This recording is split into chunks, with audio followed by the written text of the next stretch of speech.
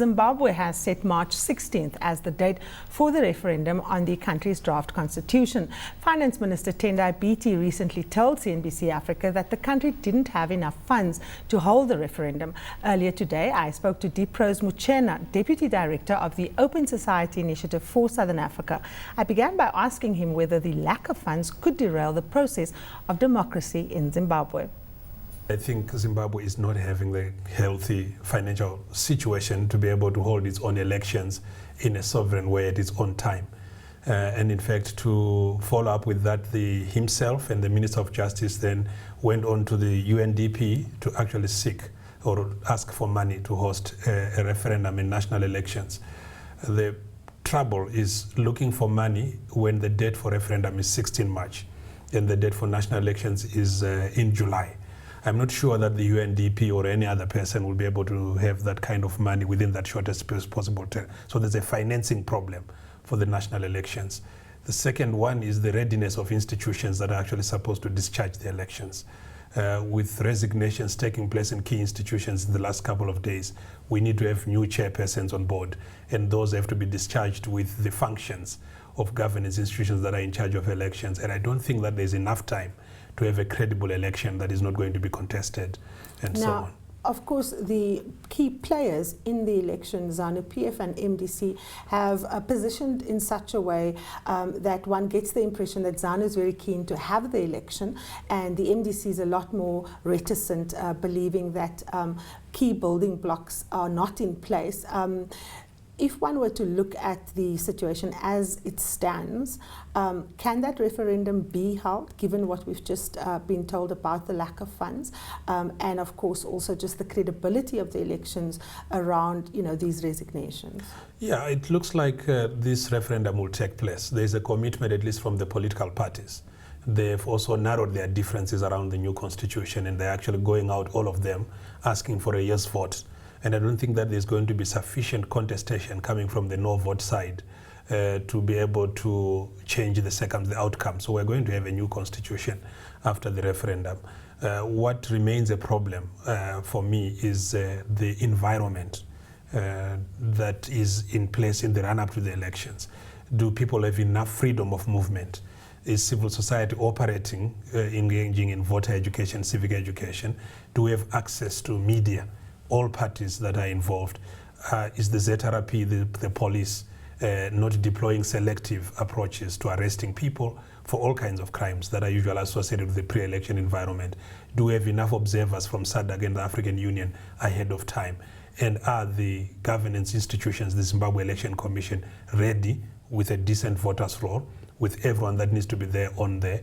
Have they resolved the issues of the diaspora vote and so on? These questions, to me, are still up in the air and don't give confidence to the election process. Although the election is something that both ZANU-PF and MDC want to have. Nobody wants to be in the government of national unity, it appears to me. The marriage is not a very happy one. I think there's abuse going on in there. So I think they want to have elections and become a government with one party in charge. Mm-hmm. Now, the idea that key institutions aren't ready, that the police and the security services are still acting in a partisan way, to what extent will that impact the fundamental legitimacy of an election that needs to be held this year? And are we likely to see any kind of postponement from where we're standing right now? There's not been evidence of postponement of the election date. It looks to me that they want to go with this election date. There's been a case filed in the courts by the National Constitutional Assembly arguing that it's not enough between now and 3 weeks from now to have a referendum. So they filed a case in respect of the referendum date, arguing we need to educate people so that people vote in an informed way. But it looks like there is a political determination and commitment to have this election now. There's also a big UN conference that's taking place around tourism around October, and it looks to me that all parties contesting the election want to be involved at that time to stand in front and welcome the world as one president without a government of national unity.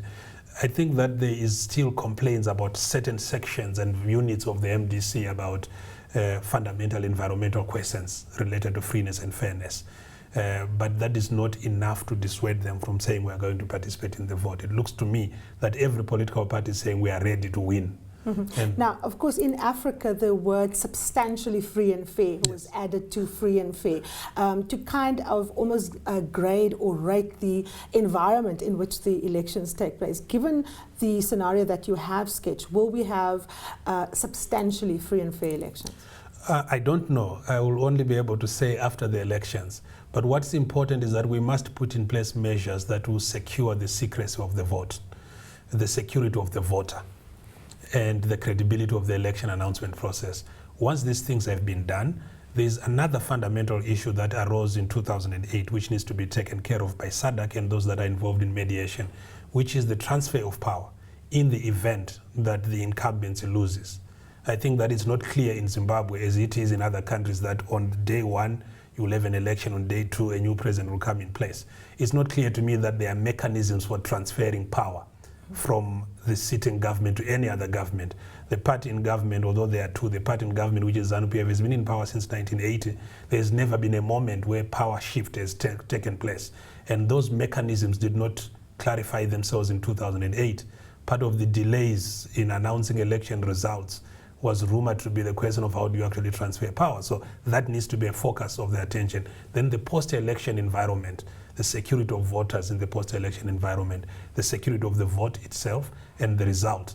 These things must not be privatized by entities other than those that are discharged constitutionally to run elections. A silver lining in this whole thing is that we've got a new constitutional document in place. And if we play by the rules of the new constitutional document, even though it is not the most perfect document, it will secure certain aspects of things that have been problematic in the election process in Zimbabwe historically. Now, one of the key institutions in Zimbabwe is, of course, the military. And there's a lot of concern as to whether the military will, in fact, provide, that security and won't act in a partisan way. But more importantly, whether it will shift loyalties if the outcome of the vote is such that President Robert Mugabe, whose birthday it is today, is, in fact, voted out of power. From where you're sitting, Mr. Muchena, is the military in Zimbabwe ready for a government other than ZANU-PF? Well, from pronouncements of the military elites at the top, you would think that there is no readiness. But the military in Zimbabwe and in Africa is not made up of generals. It's made up of the rank and file.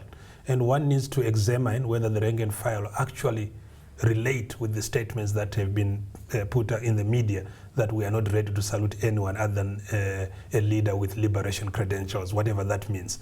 The reality of the matter is that Zimbabwe is a constitutional democracy, and there is no place for the military in politics. If you want to be in politics, you remove your uniform, you run for a seat in parliament, and you go into parliament and you become a politician. While you are in uniform, you are governed by the constitution, which is to respect a civilian government that has been democratically elected. And I think these are the ethos that need to be respected and promoted. The issue of whether a general is comfortable with a person, this one or that one, is really not a matter of constitutional principle. Mm-hmm.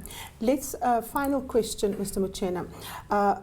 ZANU-PF has always been knocked as having, lost credibility, having lost much of its shine as a former liberation movement. It's been associated with, violent land grabs, with, suppressing political opposition. But we've seen subsequently that there has been some significant gains off the back of that land redistribution. We see businesses returning to Zimbabwe. If you were to be a Sangoma and look ahead, is ZANU going to do as badly as people predict, or is it in fact going to give the MDC a run for its money, considering that the MDC has been involved in some serious scandals related to corruption during its very short period in the government of national unity? Yeah, well, anyone, including Sangomas, who would like to wish ZANU-PF away will be doing themselves and their trade a disservice, because the reality of the matter is that it is a long time since 2000 for any party to recover lost ground, renew its the potence of its message, and reform in some respects, including consolidating. You've got a lot of factions and divisions in ZANU-PF, but in the face of a common enemy, they tend to unite amongst themselves. And so they've deployed every election period a particular strategy. Right now, it's about indigenization and empowerment deals economically through ensuring that shares are given to all Zimbabweans. Although if you look at who gets it, it's another story. But those things do matter to some people, including the land question. There were people who got some pieces of land who will defend the issue and the position of ZANU-PF. So I think it has recovered some ground that it lost since 2000. Not enough ground for them to be able to say we will march to State House in the next election. So each of the parties will give each other a run for their money.